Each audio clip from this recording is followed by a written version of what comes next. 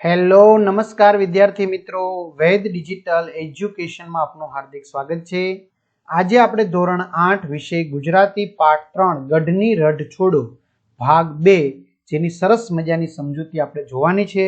તો ખાસ વિદ્યાર્થી મિત્રો, ચેનલમાં નવા હોય તો ચેનલ સબસ્ક્રાઇબ કરો, બાજુમાં આવેલા બેલ આઇકનને પ્રેસ કરો જેથી તમને અવનવા વિડીયોની માહિતી નોટિફિકેશન મળી શકે। વિડીયો લાઈક કરો, તમારા મિત્રો દોસ્તોને શેર કરો। શું કે છે આગળ ભાગ 1 જોઈ ચૂક્યા છે। જો વિદ્યાર્થી મિત્રો તમારે જોવાનું બાકી હોય તો જોઈ લેશો। ભાગ 1 ની અંદર રાજા છે એમને ચિંતા થાય છે એમના નગરજનોની, કારણ કે રોજ સિવાડે કંઈક ને કંઈક બાજુના રાજ્યવાળા લોકો પ્રજાને હેરાન કરે છે, બરાબર। અને એક વખત એવું બન્યું હતું કે ખેડૂતને બંદી બનાવીને લઈ જતા હતા અને ગામની સ્ત્રીઓ એમને જે ચારો વાઢવા માટે ગઈ હતી એમણે દાંતડા ઊંચા કરીને ભગાડ્યા અને ખેડૂતને બચાવ્યા હતા। એટલે રાજા કહે છે મને આ ચિંતા છે। હવે આપણે ભાગ 2 જોઈએ। પહેલા તમારે ભાગ 1 જોવો હોય તો ક્યાંથી મળશે, તેમજ બીજા બધા વિષયના વિડીયો તમારે જોતા હોય તો ક્યાંથી મળશે?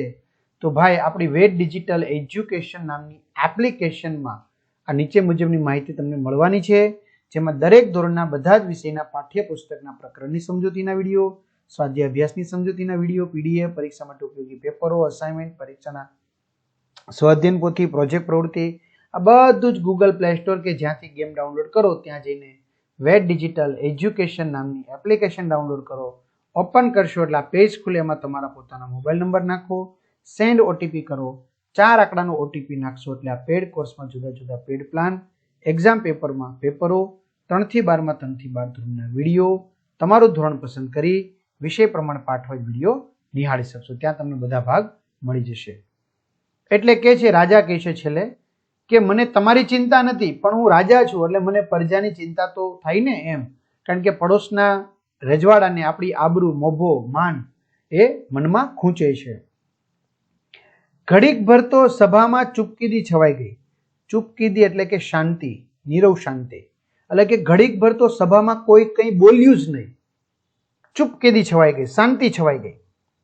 થોડાક ગણગણાટ પછી, થોડાક અવાજ પછી, અંદરો અંદર વાતચીત કરતા હોય ગુપચુપ, એને ગણગણાટ કહેવાય।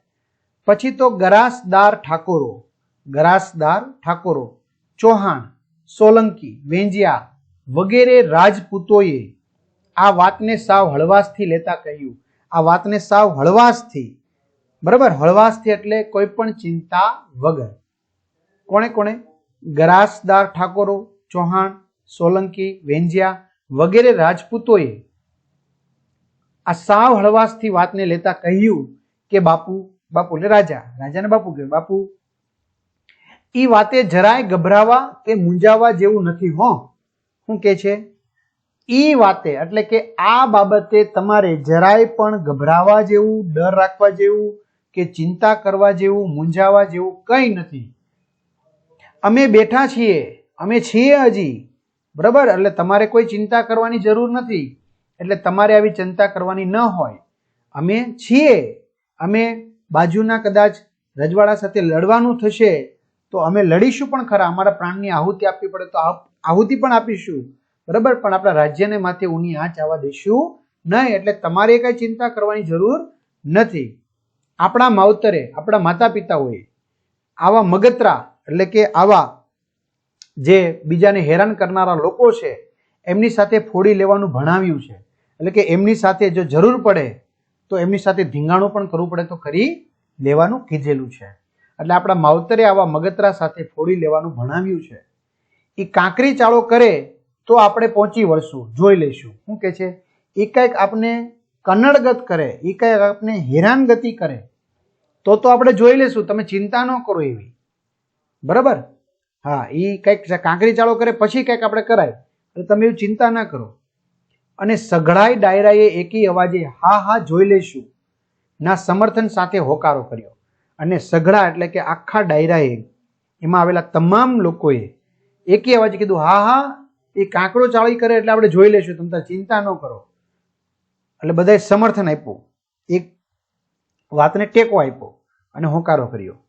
અને જેમ વૈશાખ જેઠમાં તપેલી ધરતી માથે, એટલે કે વૈશાખ મહિનામાં, જેઠ મહિનામાં, એટલે આપણે કહેવાય ને ઉનાળામાં જે ધરતી હોય એ એકદમ તપેલી હોય એટલે કે ગરમ હોય, તો ગરમ ધરતી માથે અષાઢના પહેલા વરસાદના ફોરા, ફોરા એટલે ટીપા પડે અને જેમ ટાઢક વર્તાવા માંડે એમ રાણાના રુધિરે ટાઢક વળવા માંડી.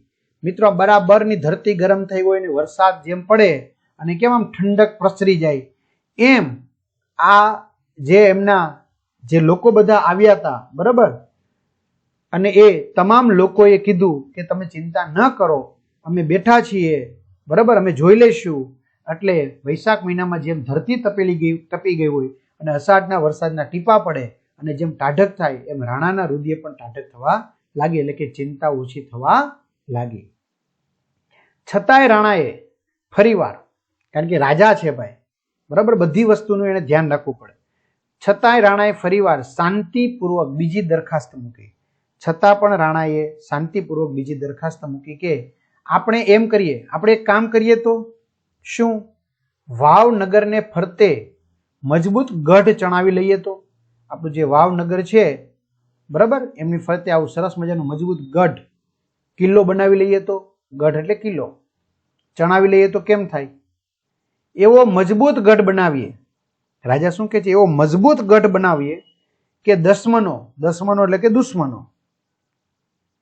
10 મહિના મથે ને તોય દરવાજા ન તોડી શકે. 10 મહિના સુધી મથે ને તોય દરવાજા ન તૂટે એવો આપણે ગઢ બનાવી લઈએ તો. સિંધના ઊંટ લઈને આવતા લૂંટારાઓથી પણ રક્ષણ થાય. જો આજે સિંધ પ્રાંત છે પાકિસ્તાન બાજુ વાયવ્ય સરહદે, તો એ ઊંટ લઈને આવતા જે લૂંટારાઓ છે, જેને ડફેર પેલા કહેતા, તો એમનાથી પણ આપણે રક્ષણ થાય. શું કહેવું તમારું ભાઈઓ? આપણે ગઢ જ બનાવી લઈએ તો કાયમિકની માથાકૂટ જ નહીં, ચિંતા જ નહીં ને. તો હું કહે છે બાપુ, એ વાત અત્યારે હાલ તો રહેવા દો. હું કહે છે બાપુ, દધોને પણ દહિયો, બરાબર. હું કહે છે બાપુ, એ વાત અત્યારે હાલ તો રહેવા દો. અમે બધા ભેળા મળીને એ વાતે બરાબર વિચાર કરીશું. વિચાર એટલે વિચાર કરીશું, કરશું એટલે કરીશું. બાપુ, એ વાત અત્યારે તમે રહેવા દો, એ ટેન્શન ન લેશો. અમે બધા ભેગા મળી અને આ વાતે બરાબર વિચાર કરીશું. પછી ગઢ ચેવો બનાવવો એ આપને જણાવવું. ચેવો એટલે કેવો. પછી ગઢ કેવો બનાવવો એ આપને જણાવશું. જણાવવું એટલે જણાવશું. ચિંતા ન રાખતા, ચિંતા ન કરતા તમે. આટલું સાંભળીને રાણાએ સારું ત્યારે, આટલું સાંભળીને રાજાએ શું કીધું? સારું ત્યારે કઈ સઘળા ડાયરાને ભાવભેર વિદાય આપી. તે ત્યારે આવજો, રામ રામ, રામ રામ. અને ડાયરો વિખેરાયો. ત્યારે રાણો જાણે હળવો ફૂલ હતો, કારણ કે ઓલો આખી રાતનું ટેન્શન હતું ને કે શું થશે. એટલે હવે આજે ગામના જે પ્રજાજનો છે, બરાબર, રાજપૂતો સોરી, બરાબર, તો આ બધાએ એમને સમર્થન આપ્યું, ટેકો આપ્યો, બરાબર, તમામ જ્ઞાતિ જાતિના લોકોએ સમર્થન આપ્યું. એટલે હવે રાજા છે હળવા ફૂલ થઈ ગયા. એ વાતને 1 અઠવાડિયું વીતી ગયું. આ વાત થઈ એનો 1 અઠવાડિયાનો સમય પસાર થઈ ગયો. રાણાનો ઉચ્ચાટ એટલે ચિંતા તો ઓગળી ગઈ હતી, બરાબર, ચિંતા હવે રહી હતી નહીં. છતાં એને ગઢનું શું થયું હશે એ વિચારતા હતા. હજી ગઢનું શું થયું હશે? આ લોકોએ કીધું તું ભેગા મળીને વાતચીત કરશું, કરી છે કે નહીં કરી હોય?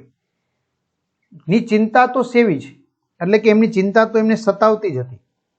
આ વાતની જાણ દરબારીઓને થતા બધાએ ફરી ભેગા થઈ રાણાને કહેરાવ્યું કે મહારાજ, આવતી પૂનમે ઢીમામાં શામળિયાનો મેળો ભરાય છે, બરોબર. ઢીમા વિસ્તાર છે, એમાં જે શામળિયાનો મેળો ભરાય છે, એ દિવસે દી આથમતા, સૂરજ આથમતા તમારો ગઢ તૈયાર હશે, બરાબર. રાજાને ગઢની ચિંતા હતી એ ખબર પડી ગઈ દરબારીઓને.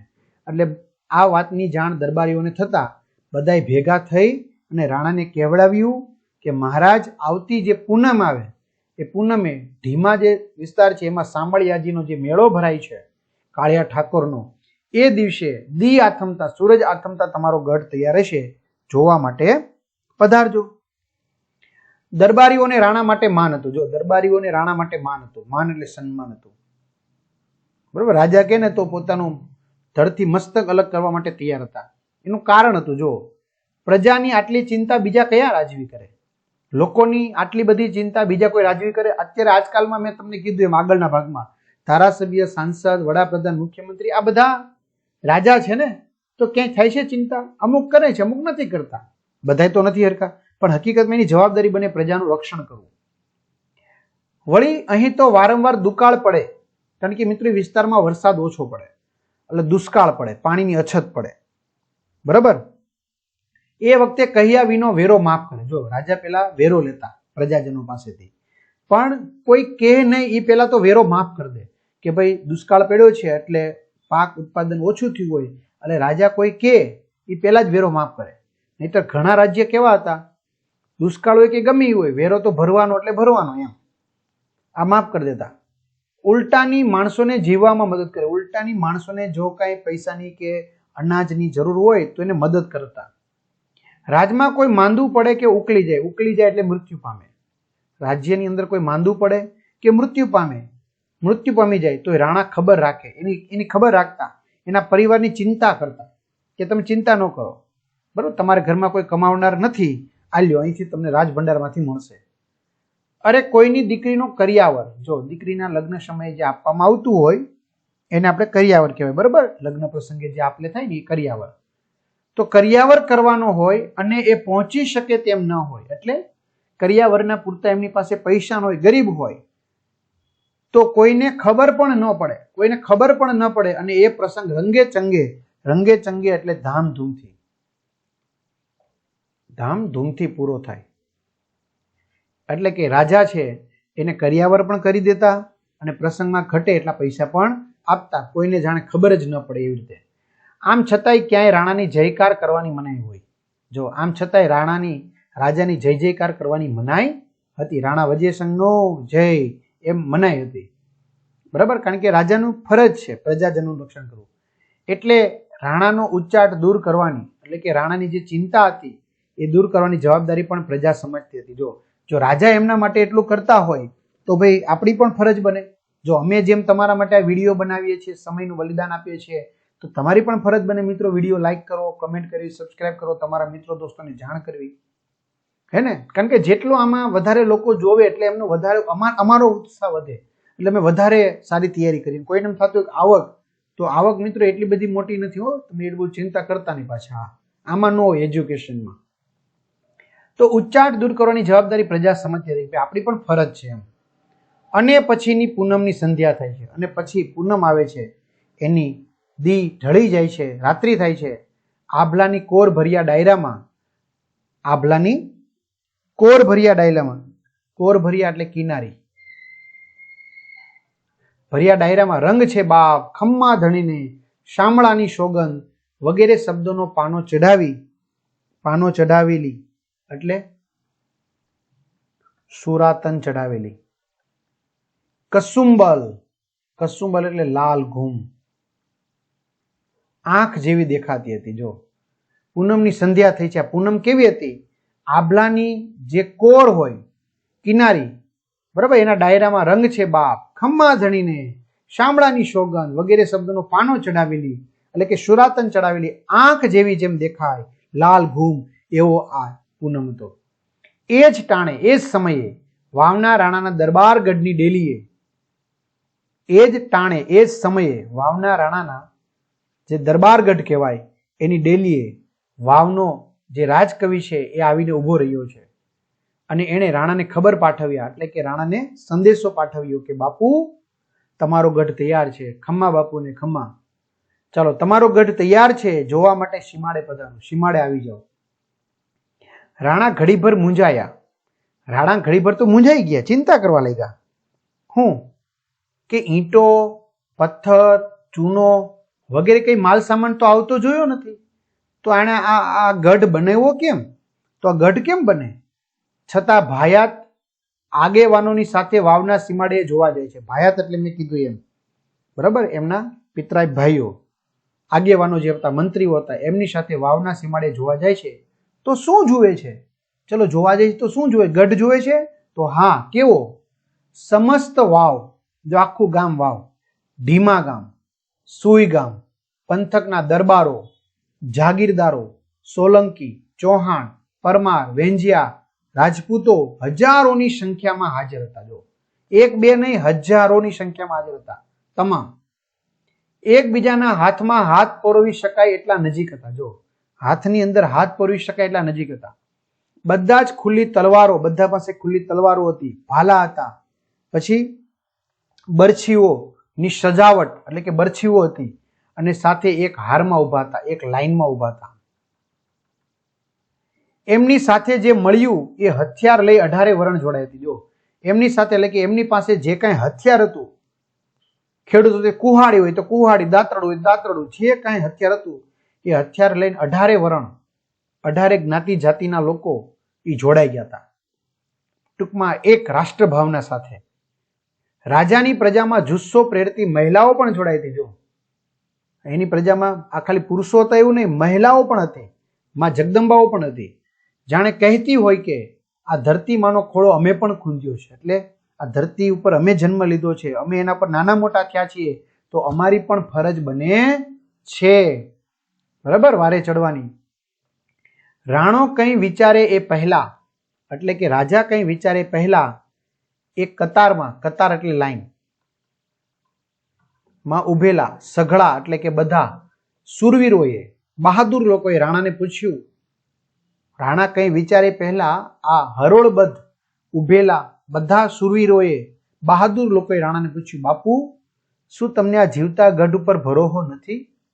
ભરોસો એટલે ભરોસો, કે બાપુ શું તમને આ જીવતા ગઢ ઉપર, એટલે કે અમે આ જીવતા લોકોએ આ જે ગઢ તૈયાર કર્યો છે, જે અમે કતાર તૈયાર કરી છે, તો એના ઉપર તમને ભરોસો નથી? તો એ માટી કાંકરા ને ઈંટોનો ગઢ તમારે ચમ બનાવવો છે? ચમ એટલે કેમ? શું કે છે? અમને જીવતા ઉપર તમને વિશ્વાસ નથી બાપુ? ભરોસો એટલે વિશ્વાસ નથી? તો પછી આ માટી કાંકરા કે ઈંટોનો ગઢ તમારે શું કામ બનાવવો છે? આ કતારમાં રહેલો એક એક વીર હોહો જણને પૂરો પડે તેમ છે. આ કતારમાં એટલે આ લાઈનમાં ઉભેલો એક એક વીર બહાદુર પુરુષ હોહો જણને એટલે કે 100 જણને માથે પડે એમ છે. ન કહેતા 1 લાખ એકે મેં એકે હજારા, ભક્તિની ભેટમાં ઝૂલે તલવાર, ગાશું ગીતાને અમે થશું કુરબાન. એમ જેમ એક એક જણ હોહો જણને માથે પડે એમ છે, એવો બહાદુર છે. અમારી લાશો ઉપર થઈને કોઈ રજવાડું તો શું? અમારી એટલે કે જેને આ રાજ્યમાં પગ મૂકવો છે ને, તો એને પહેલા અમારી લાશ ઉપરથી પસાર થવું પડશે, અમારી સાથે લડવું પડશે. તો અમારી લાશો ઉપર થઈને કોઈ રજવાડું તો શું? એક ચકલું વાવમાં પગ નહીં મૂકી શકે, એક ચકલું, એક પરિંદુ પણ ફરકી નહીં શકે. પછી તમારે ચણતરનો ગઢ શું કરવો છે? પછી તમારે આવો રેતી માટી કપચી ઈંટોનો ચણતરના ગઢને શું કરવો છે?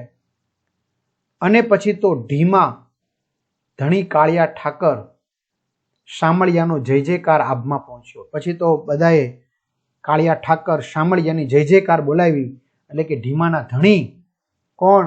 તો કે કાળિયા ઠાકર, બરાબર, એમનો જય જયકાર આબમાં પહોંચ્યો, એટલે કે ઊંચે ગગનમાં પહોંચ્યો. કદાચ આ રણનાદના પડઘા